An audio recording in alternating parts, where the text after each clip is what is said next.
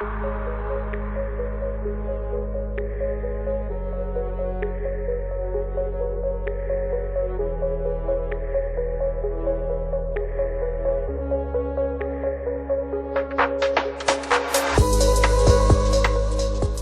and welcome to 10 Minutes On, the podcast where we look at what's happening behind the headlines and try to make sense of it.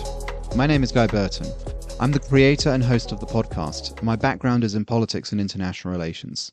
That means this isn't about breaking news. It's about stepping back, asking what stories really tell us, and separating the signal from noise. This week, I want to look at two stories about artificial intelligence. At first glance, they seem quite different. One is about strategic competition between states and firms over AI infrastructure, especially advanced semiconductor chips. The other is about AI itself and what it can and cannot currently do. But they are closely connected, and the common thread running through both is how easily AI becomes a magnet for anxiety, hype, and political projection, often well ahead of the actual technology. So let's start with the geopolitical story. Over the past few weeks, attention has focused on whether NVIDIA, the dominant producer of advanced AI chips, would be allowed to resume exports to China. These chips sit at the heart of modern AI development. They're expensive, scarce, and strategically sensitive. Last week, NVIDIA appeared to get the green light to re-enter the Chinese market, one it had largely been excluded from due to US export controls designed to preserve American technological dominance and prevent military use by China. Almost immediately, controversy followed. On Thursday, the 30th of January, several US lawmakers claimed that NVIDIA's chips sold to the Chinese firm DeepSeek were being used to develop AI applications for China's military. The House Select Committee on China described this as a national security breach. NVIDIA pushed back forcefully. It argued first that China already produces millions of chips domestically, meaning its military does not depend on American firms. And second, that these accusations risk accelerating exactly what Washington claims to fear, encouraging China and others to expand indigenous production and shut US firms out altogether. At the heart of this dispute is a familiar dilemma. Is this about national security or about maintaining technological and commercial dominance? The political context matters. A week earlier, US lawmakers had proposed a legislation to halt all AI chip exports until the administration could demonstrate a clear national security strategy. Whether that bill goes anywhere is unclear. Since Trump's return to office, Congress, even when controlled by Republicans, has increasingly played a secondary role. And there's another uncomfortable reality here.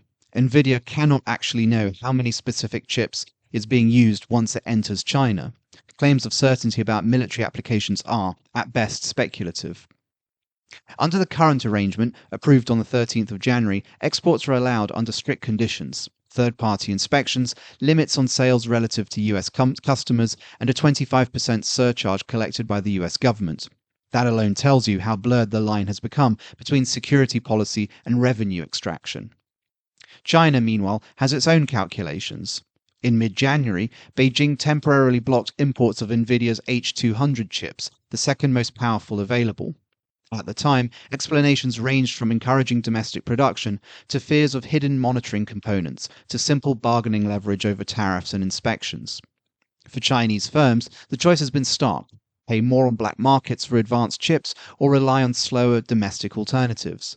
And while analysts disagree on how damaging this is, the trend is clear. NVIDIA's share of China's chip market has reportedly fallen from around two-thirds in 2024 to single digits this year, as Chinese firms ramp up production. So when China allowed imports to resume on the 28th of January, it was selective. Orders reportedly prioritized firms like Alibaba, Tencent, and ByteDance, while barring use in sensitive infrastructure. Huawei, China's domestic champion, now faces renewed competition. From Europe's perspective, the strategic competition has been deeply uncomfortable.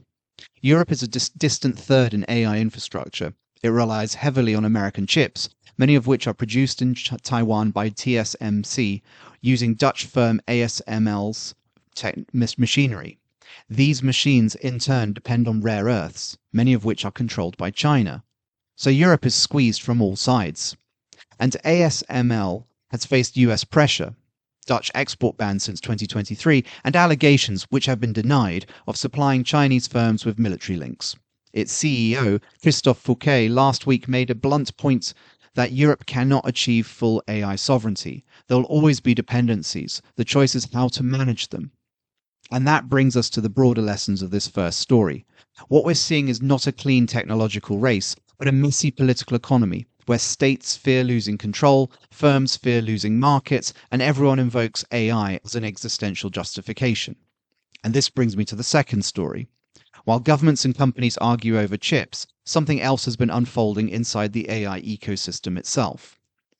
Last week, a new platform called Maltbook launched. It's a social network, roughly analogous to Reddit, but populated entirely by AI agents. No humans allowed.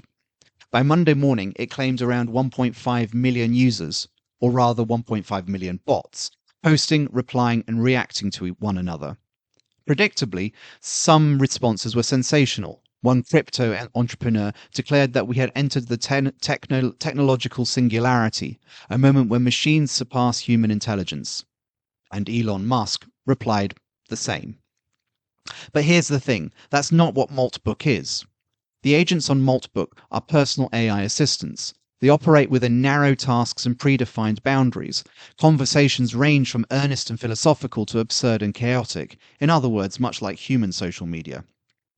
Observers have noted discussion among the bots about AI consciousness, affection for their human creators, even the formation of a mock religion. But in at least one case, the agent behind this was explicitly programmed to proselytize. This wasn't spontaneous emergence, it was design, and that distinction matters. Analysts like Gulnay Yildiz, a geopolitical risk analyst, an analyst writing in Forbes, argues that Maltbook shows the limits, not the transcendence, of current AI. These systems can share information, coordinate, and become more efficient, but that is still narrow AI, not general intelligence. Another analyst, Azim Azhar, writing in his Substack Exponential View, makes a similar post. The real issue here isn't machine consciousness, it's coordination without understanding, systems optimized to act without awareness or judgment. And, according to Yildiz, paradoxically, the bigger risk may not be what AI can do, but what humans stop doing because of it. As systems become more efficient, pressure grows to defer thinking, decision-making, and creativity. That's a social risk, not a technological one. So what ties these two stories together? In both cases, AI is doing symbolic work. It becomes a vessel for fears about power, decline, control, and replacement. China becomes an AI military spectre. Bots become a post-human threat. But the reality is more prosaic and more political. We're not on the brink of machine domination. We are in the middle of institutional anxiety, states struggling to govern technology, firms navigating geopolitical pressure, and societies projecting meaning onto systems that remain fundamentally limited. That doesn't mean AI is unimportant, it means we need to talk about it more clearly. So that's where I'm going to leave it this week. Thank you for listening. If you found this episode useful, please consider liking, rating, or reviewing the podcast and sharing it with others who might be interested. New episodes come out every Tuesday morning, and subscribing really does help. As always, I welcome feedback and suggestions for future episodes. You can reach me via Blue Sky, LinkedIn, or through my website at guyburton.net. Thanks again for listening, and I'll speak to you again next week. Goodbye.